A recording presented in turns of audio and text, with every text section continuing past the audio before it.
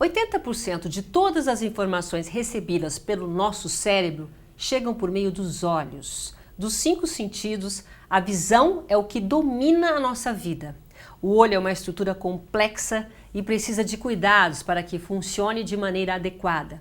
Segundo o IBGE, 35 milhões de brasileiros, ou 19% da população, sofrem com algum problema de visão. A estimativa chega a 20% entre as crianças em idade escolar. Mas existe idade certa para levar o filho ao oftalmologista? Que tipo de problema é mais comum?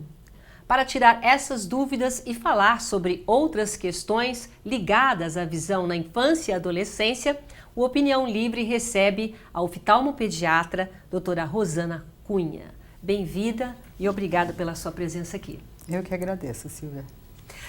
A partir de que idade devemos nos preocupar, e levar a criança para o oftalmologista? E também saber se bebê já precisa também já de uma análise e desde cedo já começar a prestar atenção nisso? Olha, essa é uma ótima pergunta para nós começarmos essa entrevista, porque recentemente foi aprovada uma lei de caráter nacional em que é obrigatório o exame em toda criança ao nascer. Antes não era, né? Antes não era, foi de novembro de 2017 essa lei. Essa lei diz o seguinte: toda criança deve ser submetida ao teste do olhinho. O que é o teste do olhinho? É um pediatra, um neonatologista, que na maternidade ainda, então nos primeiros 2 dias de vida, ele incide uma luz nos olhos, então um exame externo, que ele faz para ver se tem alguma opacidade ou algum comprometimento grosseiro nos olhos da criança, porque aí ele já encaminha para um oftalmologista para fazer o tratamento. Só que esse teste essa lei foi muito boa no sentido de detectar algum problema ao nascimento, mas com isso os pais, muitas vezes os pediatras também, ficam achando que a criança já fez o seu exame, que ela não vai ter mais nada até os 4, 5, enfim, 6 anos de vida. Mas não, a criança precisa ser examinada no primeiro ano de vida. O certo, então, nos primeiros 6 meses de vida, ainda bebê. Por quê? Porque, na verdade, o problema pode estar num olho só e a criança ter uma vida totalmente normal, os pais não perceberem nenhum sinal, mas que ele tem, por exemplo, um problema na formação do globo ocular. Se o globo ocular nasce maior, ele tem miopia num olho e pode ser que não tenha no outro. Ou se ele nasce mais achatadinho, ele pode ter um grau forte de hipermetropia num olho e no outro não. Essa diferença de grau entre um olho e outro faz com que o cérebro não desenvolva a visão desse olho que é anormal e que capta a visão só de um olho. E a criança tem uma vida aparentemente normal. E acaba descobrindo só depois dos primeiros anos da escola, e muitas que não vezes presta atenção, que nem sabe demais. se a criança tem esse problema. Porque esse problema que é num olho só, que a visão não se desenvolve, que chama-se até ambliopia ou olho preguiçoso, ele tem que ser tratado nos primeiros anos de vida. Porque senão, Silvia, você não consegue mais tratamento, não existe óculos, não existe laser, não existe cirurgia que vá voltar a recuperar a visão nesse olho. Quer dizer que muitos dos problemas que o ser humano tem, depois, principalmente na vida adulta, poderia ser resolvido lá, já no nascimento. Exatamente. Com esse teste do olhinho, tem o teste do pezinho que está todo mundo acostumado, mas do olhinho é agora, 2017. Mas o teste do olhinho é para ver, na maioria dos casos, se a criança tem catarata congênita, que pode existir, ou alguma opacidade na córnea, que, por exemplo, por infecções intrauterinas. O teste do olhinho, ele não detecta a diferença de grau entre um olho e outro, ele não detecta estrabismo, ele não detecta retinoblastoma. Retinoblastoma é um tumor que a criança tem e que ocorre mais nos primeiros 12 meses de vida. Olha que importante, quer dizer, a gente vai ao pediatra, muitas vezes, que é o normal, a gente vai logo nos primeiros meses de vida, vai quase todo mês, aquela mãe preocupada. Então aí fica uma dica muito importante, quer dizer, desde o nascimento precisa ter um acompanhamento da visão do seu filho, praticamente os primeiros meses, bebezinho, já, e depois acompanhando principalmente essa formação até os 12 anos. E os pais perguntam muito, mas como que eu vou levar ao oftalmologista se o meu filho não vai informar o que ele está enxergando? A criança não precisa informar o que ela está enxergando. Né? Não, a consulta que você tem que fazer completa, dilatando a pupila, você pode ver por um exame que a gente faz, que chama-se retinoscopia, você sabe o grau da criança, mesmo sem ela falar o que ela está enxergando. Uhum. Então, por exemplo, se eu for hoje a uma maternidade levar esse meu aparelho com as minhas lentes, eu sei o grau das crianças que acabaram de nascer. Então, quer dizer, para saber o grau, você não precisa falar o quanto você está enxergando. Uhum. Isso é uma confusão muito comum entre os pais, porque eles acham que o filho só pode ir quando ele está falando, quando ele sabe as letrinhas ou quando ele sabe os símbolos. Não. A gente pode saber o grau, a gente faz um fundo de olho, vê se o globo ocular está bem formado, se não tem catarata, glaucoma, tumor. Muito importante essa informação. Nossa, esse é um serviço que a gente está dando aqui, porque realmente não existe essa informação para a população, né? E aproveitando, Silvia, também a população pensa muito que o estrabismo, que é o desvio dos olhos, é normal. Ah, isso é normal, meu filho teve, isso daí com o tempo vai melhorando. Não. Minha filha nasceu com estrabismo. Mas, então, se ela não tratou e se ela se curou espontaneamente, ela não tinha estrabismo, ela tinha o falso estrabismo. É aquela, né? Dá uma aparência de estrabismo, mas não é. Isso só o oftalmologista que pode te falar se tem estrabismo ou não. Olha, porque a aparência, com a idade, a criança vai crescendo, o narizinho vai puxando aqui, essa pelinha interna, e aí vai diminuindo esse aspecto que pode ser, que lembra estrabismo. Mas se a criança tiver realmente um estrabismo, e às vezes é pequeno, às vezes você não reconhece, você acha que não é, você fica na dúvida, o oftalmologista tem que fazer um exame, porque aí precisa de óculos, precisa de tampão, às vezes precisa de cirurgia. Então é super importante e fazer o tratamento logo. Você fazendo logo, você recupera a visão. Né? É muito importante, a gente deixa às vezes passar. Agora, como é que é o desenvolvimento da visão dos bebês? Quer dizer, no início eles só enxergam vultos mesmo? Assim. Nos primeiros dias eles enxergam um pouco embaçado realmente porque existe um acúmulo de líquido nas partes internas dos olhos, um edema. Mas isso vai se desfazendo e já nos primeiros meses eles começam a enxergar, não com tantos detalhes como enxerga um adulto, mas eles já enxergam cores, tudo muito natural. Cada dia que vai passando eles vão enxergando mais detalhes e mais longe, né? Até que, tanto que nos primeiros 18 meses de vida, nós chamamos de período crítico, que é quando se você tem algum problema, por exemplo, uma catarata num olho, no outro não, você tem que operar. Já pode operar com essa idade mesmo? Já deve operar. É aí que está o negócio. Se você não opera, nunca mais se recupera. Olha. Então, a criança ela desenvolve toda a visão nos primeiros 18 meses de vida. Então, a idade que a criança está completamente formada, com a visão formada, qual é? Não, aí pode ser 3, 4, 5 anos. Por exemplo, com 5 anos uma criança já enxerga para longe o que enxerga um adulto. Mas assim, nos primeiros 18 meses de vida que ela tem que formar todos os detalhes, as cores, os contrastes, porque a visão não é só aquela letrinha preta no fundo branco que o oftalmologista mostra na sala. A visão é muito mais complexa, ela é feita de movimentos, de contraste, de sombras, de cores. Então, tudo isso, cada um é uma função que a criança vai desenvolvendo ao longo do tempo. É importante também os pais saberem, e muitas vezes agora, quanto mais cedo eles estão colocando as crianças na escola, tudo isso também tem que ser dito, né? Que é preciso estimular tudo que você está falando em relação a cores, tal, para estimular a visão da criança, não é isso? Hoje em dia é muito bom, porque além do pediatra indicar para levar o oftalmologista precocemente, as escolas estão pedindo também esses exames, porque nas escolas começaram a perceber que muitas vezes a criança não tinha o desenvolvimento igual do outro amiguinho da sala, porque tinha algum problema orgânico, não era só um problema cognitivo que a criança não conseguia entender. Às vezes pode ser também audição, mas visão é muito importante. Como você mesmo falou no início, 20% dos escolares têm algum problema de visão. E desses, a maioria, após os 10 anos, acaba sendo a miopia, que é a dificuldade de enxergar longe. A criança ela não sabe que ela não está enxergando como o outro, porque ela não tem um parâmetro para ela comparar. Então, ela simplesmente não fala, mas ela começa a copiar errado, ou ela começa a chegar mais perto, ficar assim, né? Ou ela começa a ficar agitada, é a criança que não para na carteira, então, ou é a criança que fica desinteressada. Então, a escola começou a perceber que isso era muito importante, eles agirem para poder ter o mesmo nível de aprendizado, tenha que usar óculos ou não, né? Nossa, quanto mais cedo cuidar, melhor, né? Olha, a estatística do Conselho Brasileiro de Oftalmologia é de que 1 em cada 5 crianças em idade escolar tem algum distúrbio oftalmológico, que a doutora acabou de falar, né? Então, os problemas mais comuns, no caso, seria o quê? Então, miopia? Bom, são os erros refrativos. O que a gente chama de erros refrativos? Necessitar usar óculos. Então, isso, o mais comum na infância é a hipermetropia. Toda criança, desde bebezinho, tem hipermetropia. E é normal ter isso.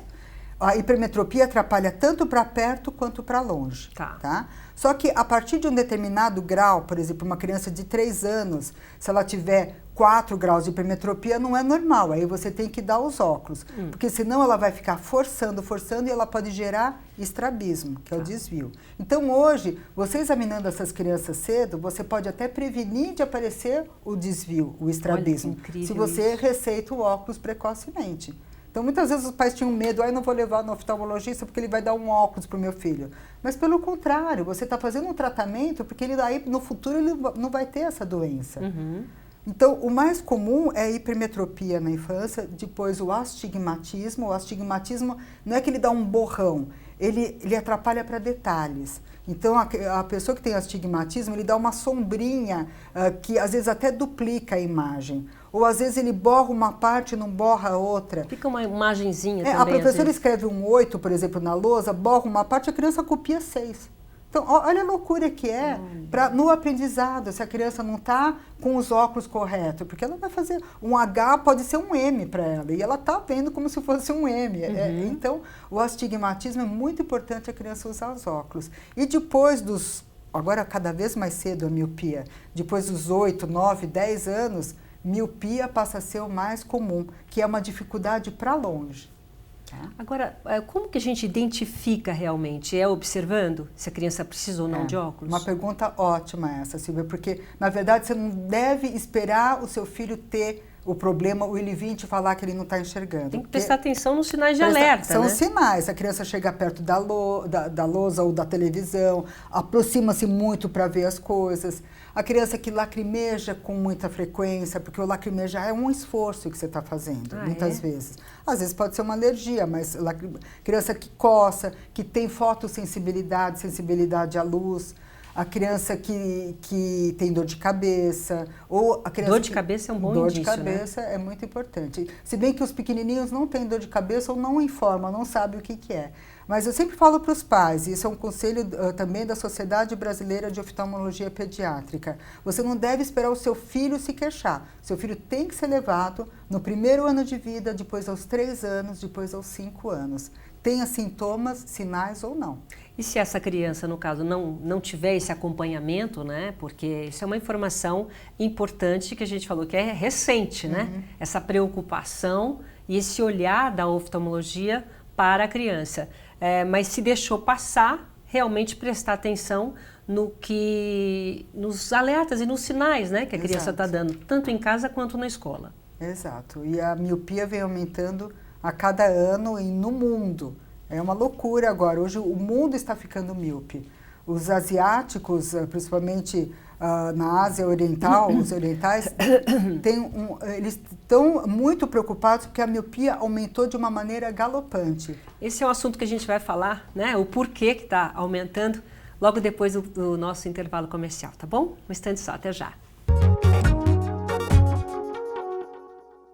Meu bem, eu mal cheguei e já pintou outro frete. Tô indo embarcar a carga no caminhão e hoje mesmo eu viro a noite na estrada, viu? Tem certeza que tem condições de dirigir? Você precisa descansar, colocar o seu sono em dia. Tomar rebite, café, não resolve não, hein? Se você não tiver em condições, para no posto e descansa. Descansa. A gente faz de tudo para prevenir acidentes nas estradas. Descanse antes de pegar o volante, dirija com responsabilidade e conte com a gente nas estradas. Evitar acidentes também é com você, mas se acontecer, ligue pra gente. 191, Polícia Rodoviária Federal. Estamos de volta à Opinião Livre de hoje, conversando com a oftalmopediatra doutora Rosana Cunha. E no primeiro bloco nós terminamos falando da miopia, né, cada vez mais aumentando. Agora, telas de computador, né, de celular, de TV, realmente prejudicam a visão? Nós vamos falar então sobre a miopia e outros problemas relacionados às novas tecnologias na vida das crianças. Realmente afeta muito, né, doutora? Isso é uma preocupação enorme de pediatras, oftalmologistas, dos pais, porque isso veio para ficar. Não tem mais jeito, não tem volta. Quem é que hoje telefona? Você manda uma mensagem. Na escola, como são as lições de casa hoje das escolas? A maioria no computador, fazendo pesquisa. É maravilhoso pesquisa.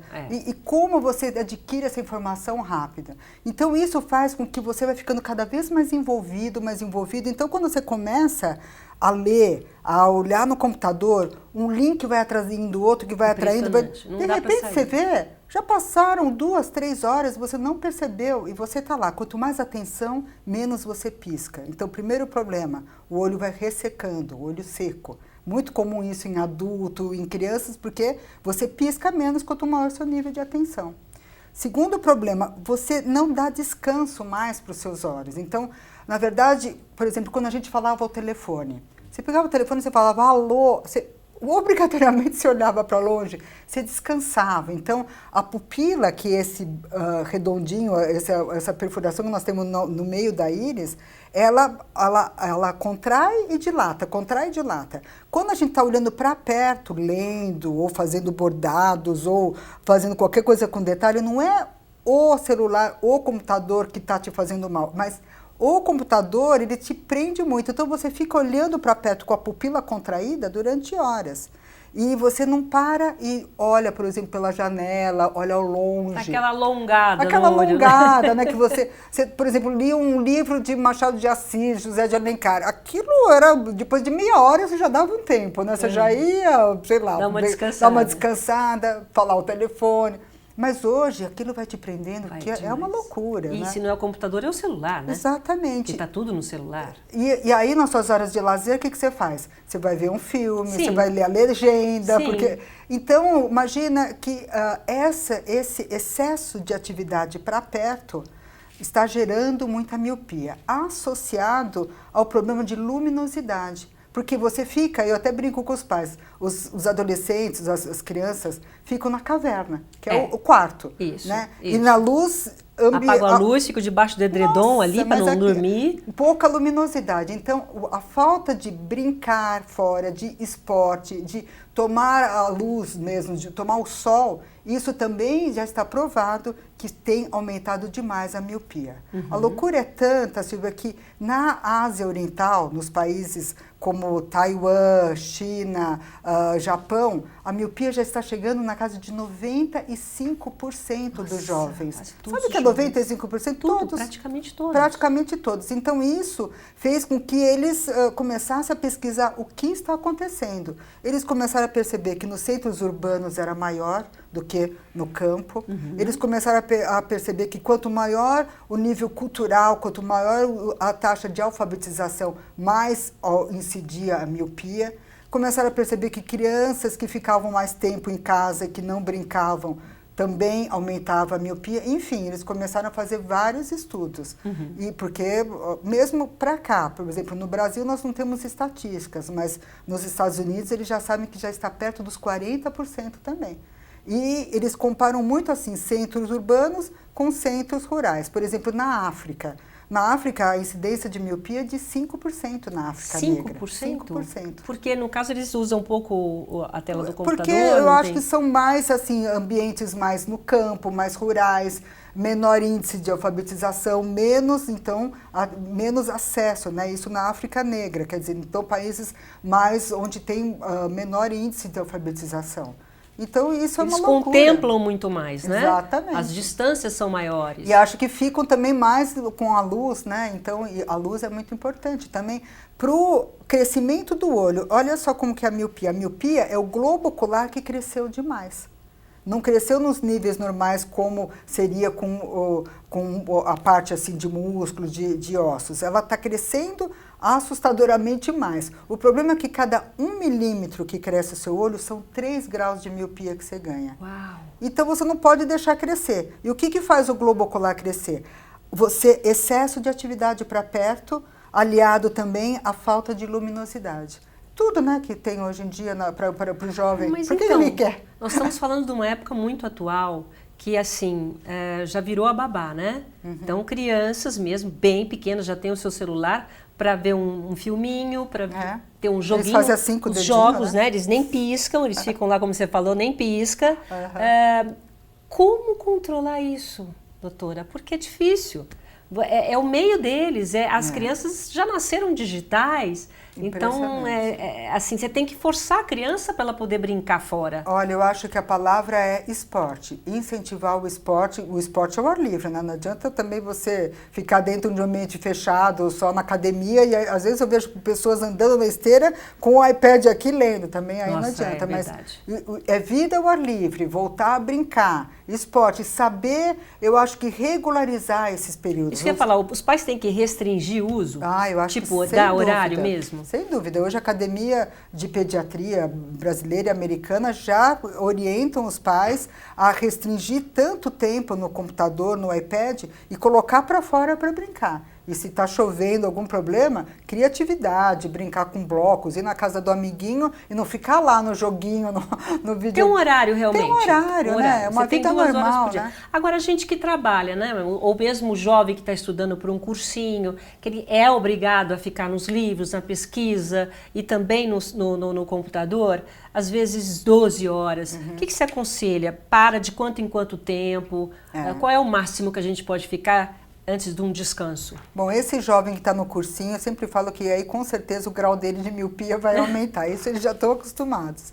Mas o que eu aconselho, a academia americana aconselha, a cada 50 minutos, 1 hora, você parar e contemplar, olhar para longe 5 minutos pelo menos. Alguma coisa longe mesmo, exatamente, não é para sair dali e sentar para ver televisão. Exatamente. É para ficar abrir longe. a janela, olhar longe, de preferência até luminosidade, ir para fora, tomar um sol, sabe, não ficar tanto tempo dentro do quarto, né?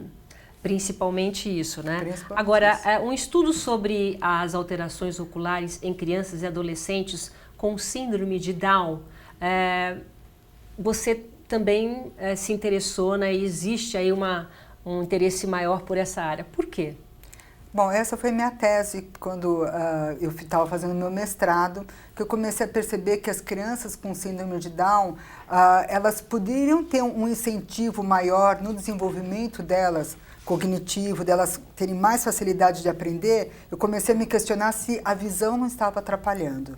E realmente fiz um estudo com crianças e adolescentes e envolvendo muitos, dilatando a pupila de todos, fazendo o exame de todos, e muitos deles apresentavam um grau que precisavam usar. E eu acreditei que você precisa dar o óculos e incentivar essa criança a usar os óculos. E também tratar o estrabismo, o desvio, que eles têm muito mais.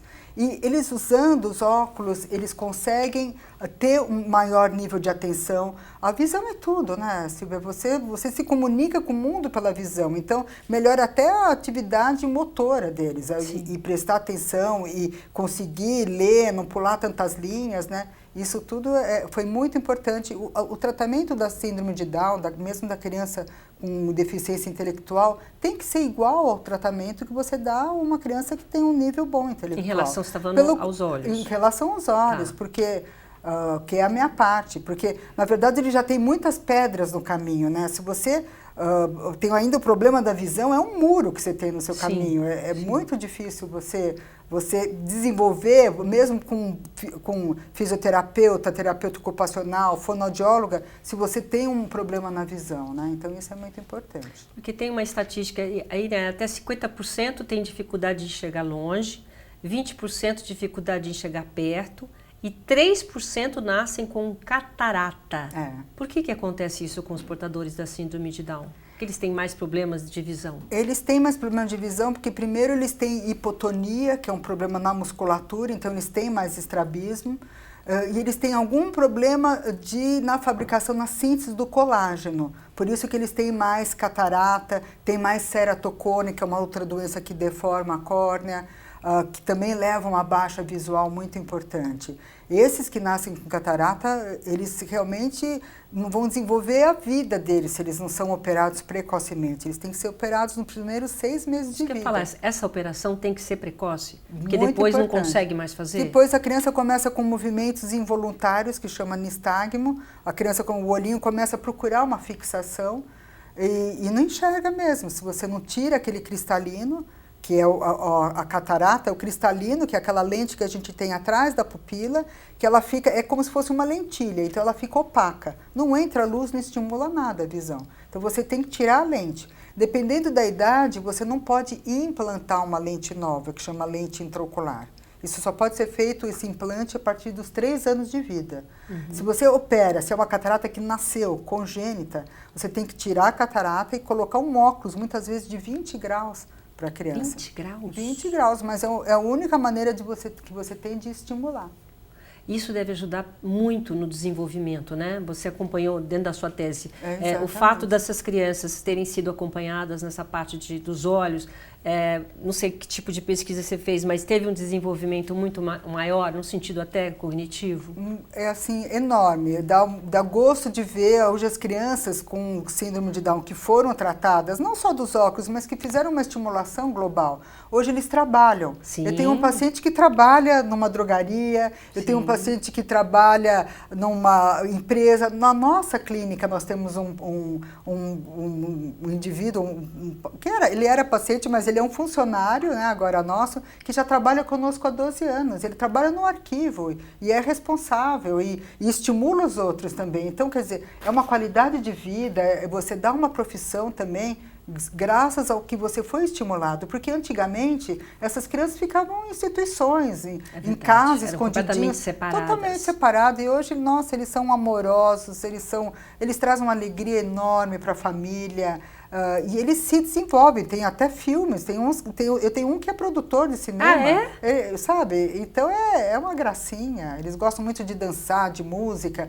você integra através da visão ao mundo, né? Então isso é muito importante. Só para a gente encerrar, dentro desse, quer dizer, você já deu aqui uma super dica a partir de 2017, que já temos aí o teste, né, como obrigatório, desde que você começou até agora, evoluiu bastante a oftalmologia? Foi ótimo você perguntar isso, porque dentro da oftalmopediatria, que mais tem nos afetado é ver essa miopia progredindo.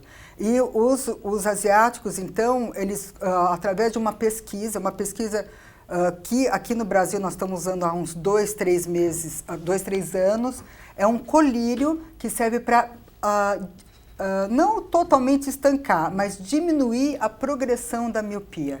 Por exemplo, se uma criança estava progredindo a miopia a cada ano, 1 grau e meio, usando esse colírio que chama atropina, essa miopia progride menos, progride 0,25, meio grau. Então isso é muito importante porque você evita com que forme a alta miopia, porque a alta miopia, que é a miopia maior do que 6 graus, ela pode causar problemas enormes na visão, como descolamento de retina, catarata, glaucoma. Então você pondo esse colírio, administrando esse colírio, lógico que tem que ter a idade certa, o nível de progressão certo. Você consegue, então, desacelerar essa progressão da miopia. Então, isso tem nos dado muita gratificação no consultório, vendo que a gente pode fazer alguma coisa, porque, na verdade, você falar para a criança, não fica no iPad, não fica na televisão. É difícil, mas um colíriozinho é. Principalmente, assim, uma coisa que não pode fazer é falar para eles afastarem um pouco, pelo menos. Não colocar aqui e não assistir filme no celular, que é outra coisa que eles estão fazendo demais. Né? Então, afastar e pausar também a cada hora, descansar um pouco, é um serviço que vocês estão dando à população maravilhoso. Eu agradeço. Muito obrigada pela sua presença aqui, né? Super serviço que você deu pra gente. Muito obrigada, então. Eu agradeço a audiência de vocês. O nosso Opinião Livre de hoje fica por aqui. E até a próxima, tá bom? Até lá!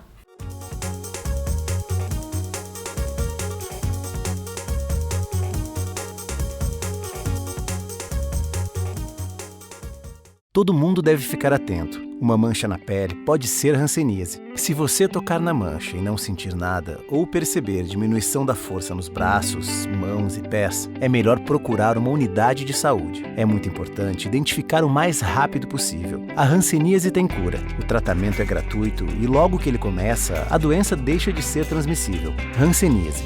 Identificou, tratou, curou. Ministério da Saúde, Governo Federal, Pátria Amada Brasil. Eu acho que... Ô, garçom, traz uma saideira aqui pra gente pegar a estrada e curtir a festa. Isso, aproveita e traz a senha do Wi-Fi pra ele também. Pra chamar alguém pra levar ele. Gente, beber e dirigir não dá, né? Colocar a vida de todo mundo em risco? Larga de você estraga a festa. A gente faz de tudo para prevenir acidentes nas estradas. Se for beber, não dirija. Pegar a estrada exige sempre atenção e responsabilidade. Evitar acidentes também é com você. Mas se acontecer, ligue pra gente. 191. Polícia Rodoviária Federal.